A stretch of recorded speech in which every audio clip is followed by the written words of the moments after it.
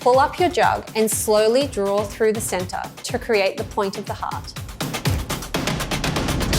Tilt your cup and pour the milk from a higher height to break up the crema. Make sure you keep the milk in a nice circular vortex-like motion.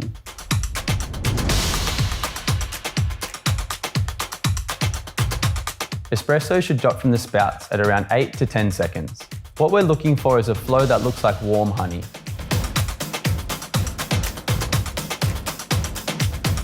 The general rule with particle size is finer for espresso and coarser for drip filter.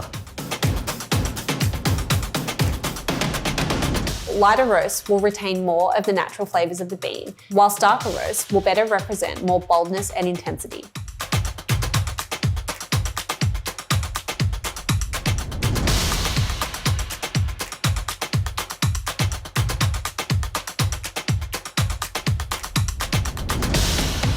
Understanding the entire coffee making process is what third wave specialty coffee is all about, so that you can make great tasting coffee at home.